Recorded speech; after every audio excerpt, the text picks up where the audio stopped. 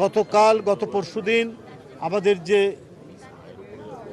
মহেশখালীতে ভাসমান যে টার্মিনাল সেটার যে ত্রুটি হয়েছিল সেটা সম্পূর্ণরূপে সারাই করা হয়েছে, ঠিক হয়ে গেছে এবং এলএনজি ভর্তি কার্গো ইতিমধ্যে এসে পৌঁছেছেন এবং সরবরাহ চলছে।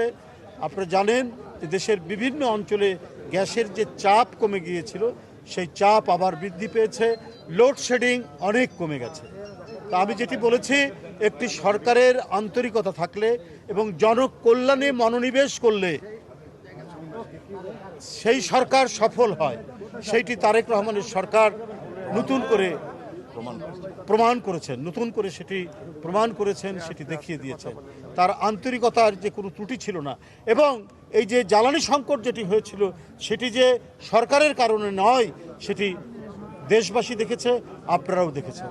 যাই হোক, এর মধ্যেও চক্রান্ত যে নেই তা না, চক্রান্ত আছে, ষড়যন্ত্র আছে, কিন্তু সেগুলোকে আইডেন্টিফাই করে সেই চক্রান্তগুলোকে প্রতিহত করে এই সরকার জনকল্যাণে, সামাজিক সুরক্ষা এবং অবকাঠামোগত যে উন্নয়নের ধারা সেই ধারাটি তিনি অব্যাহত রেখেছেন।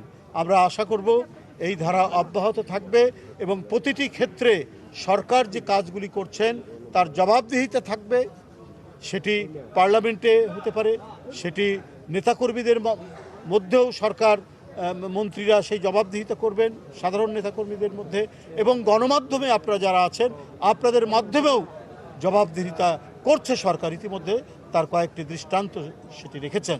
তাই বন্ধুরা আমার, বর্তমান সরকার গণভিত্তিক সরকার, জনকল্যাণের সরকার, সামাজিক সুরক্ষা নির্মাণের সরকার এবং এই সরকার সমস্ত দুর্নীতির ঊর্ধ্বে উঠে যে অবকাঠামো নির্মাণ করছেন সেটি অতীতে, বিশেষ করে গত ফ্যাসিস্ট আমলে সেটি দৃষ্টান্ত নয়, বরং ফ্যাসিস্ট আমলে যে ভয়াবহ মেগা দুর্নীতি হয়েছে মেগা প্রজেক্টের নামে, সেইখান থেকে আজকে যথার্থভাবে উন্নয়ন হতে যাচ্ছে, উন্নয়ন হবে এবং সেখানে যত ধরনের দুর্নীতি অতীতে হয়েছে সব দুর্নীতির অবসান হবে এবং দুর্নীতিমুক্ত একটি উন্নয়ন পরিকাঠামো যে গড়া সম্ভব, যে গড়া যায়, একটি জনগণের কাছে দায়িত্বশীল সরকার যে সেটি করতে পারেন, সেটি জনাব তারেক রহমানের সরকার সেটি দেখিয়ে দিচ্ছেন এবং আগামীতে আরও তিনি সেটি দেখিয়ে দেবেন।